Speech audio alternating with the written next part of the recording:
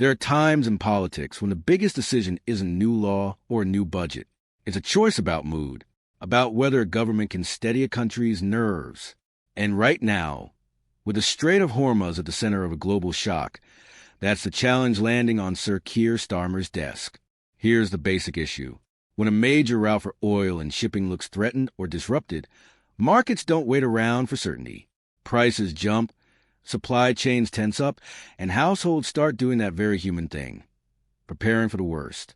And that's where Starmer's biggest domestic gamble comes in. He's effectively saying, don't panic. Don't change your behavior. On the surface, that sounds sensible. It's also extremely high stakes, because this isn't just a message. It's a strategy. Confidence is a policy tool. Downing Street clearly remembers what happened in 2021 with fuel. The fear of shortages became the shortage. Rumors and headlines turned into cues. Cues turned into hoarding. And suddenly forecourts were empty. Not because the country had run out overnight, but because panic changed demand faster than the system could cope. So Starmer is trying to head that off at the pass. If people carry on normally and fuel keeps flowing, he looks calm, in control, and frankly prime ministerial. He gets credit for not feeding hysteria. But if the pumps do run dry, even briefly, the political logic flips instantly. Every empty station becomes his problem. Every angry driver becomes his audience. And any wobble in supermarket supply becomes part of the story that says the government told you everything was fine when it wasn't. That's the tightrope. He's betting that reassuring the public helps make the reassurance true. Now, there's a brutal irony here for Labour. Just a few days ago, the political conversation in Westminster was narrowing in on the May local elections, the kind of conversation that turns into a slow-motion panic. Talk of big losses, talk of plots, talk of who might replace whom. The usual cliff-edge atmosphere that builds when a governing party expects a battering. Then the international crisis hit. And suddenly the weather changed. Energy security, oil prices, wider instability. Even predictions of food inflation rising sharply. All of that swallowed the old storyline. It didn't fix Labour's problems, but it did something almost as valuable in Westminster terms. It pushed them off the front page. For Starmer, that buys time, not popularity, not a reset by itself, just time. And time matters because while critics inside the party may be restless, the ingredients for a clean leadership challenge still aren't really there. You need a successor who can unify different wings. You need a faction that can organize. You need a moment of shared panic where MPs decide the risk of changing leader is smaller than the risk of keeping them. Right now, you can sense frustration, but you don't see unity. West Streeting, in the eyes of some MPs, looks too openly like a man auditioning. Angela Rayner still makes parts of the party nervous. Andy Burnham isn't even in Westminster. So, yes, there are knives on the table, but no agreement about whose hand should pick them up. Against that backdrop, one of the most consequential things Starmer has done during this crisis is to lean more openly towards Europe, economically speaking. And it's worth pausing here, because this isn't just about getting through a fuel shock. It's about story. Starmer's long-running weakness, even among some Labour MPs, has been definition. People can describe his style. Qualified, careful, managerial, lawyerly calm. But when you ask, what is this project for beyond competent administration? The answer often gets fuzzy. So a more explicit pivot towards the EU functions as more than a practical move. It's an attempt to build an ideological spine. Something closer to, this is a direction, these are the principles. In a crisis, that kind of clarity can feel like leadership rather than mere management. But there's a risk here, too. Voters don't experience international alignment in the abstract. They experience it through their weekly shop, their fuel bill, their commute, their rent. If living costs rise, if transport gets pricier, if groceries bite harder, then talk of market alignment and trade resilience can land as distant, elite, technocratic language, even if the underlying policy is sound. And that gets to the real test. Can Starmer translate a complex geopolitical moment into a domestic message that feels personal and practical? Not just this will help the economy, but this will help you. Another interesting subplot is Starmer's posture towards Donald Trump. He hasn't gone for maximal rhetorical confrontation, the way some leaders might.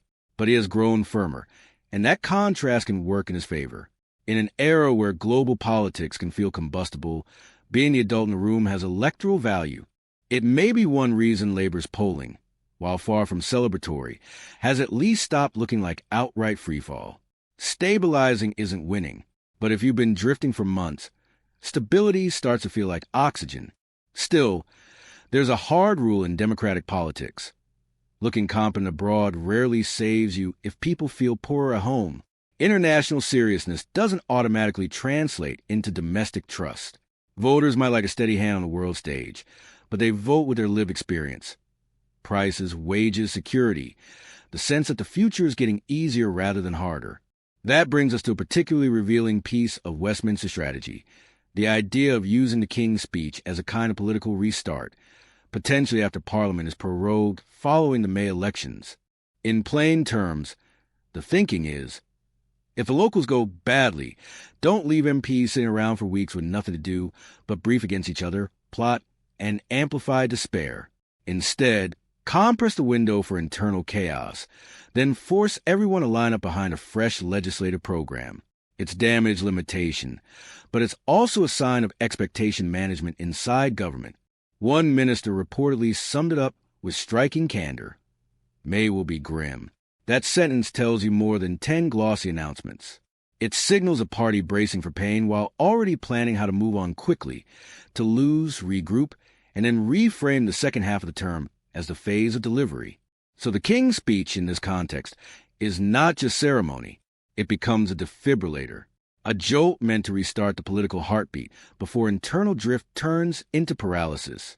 All of this is why the phrase "last chance saloon" has started hovering around Starmer's situation. It captures something deeper than a rough patch. It suggests a narrowing window where the government has to prove it has a plan strong enough to hold together a very awkward coalition of voters. Think about that coalition for a second. You've got centrist Labour loyalists who want competence and stability. You've got socially conservative voters drifting toward reform because they feel unheard or disrespected.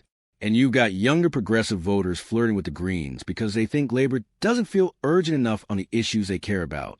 Holding those groups together isn't just about policy detail. It's about emotional connection and a sense of purpose. Labour's emerging language around grafters, not grifters, is clever because it signals dignity and fairness. It's a values pitch that tries to avoid sounding like austerity on one side or ideological activism on the other. But slogans don't carry a government on their own. If people feel that a leadership is emotionally distant, that it doesn't fully grasp the daily fear of bills rising and pay not keeping up, then even the best messaging can slide off. And that is why the fuel crisis matters as more than fuel. It's becoming a test case for Starmer's whole governing instinct. His instinct is to be calm, institutional, rational, carefully worded. And in many eras, that style plays well. But we're living in a time when politics is driven by volatility and anxiety, when fear spreads faster than facts, when people don't just want technical reassurance, they want to feel that someone is in a fight with them. If Starmer manages this moment well, if his stay calm approach actually prevents a self-fulfilling panic, and he pairs that steadiness with a clearer economic direction people can recognize and trust, then this crisis could become the foundation for recovery.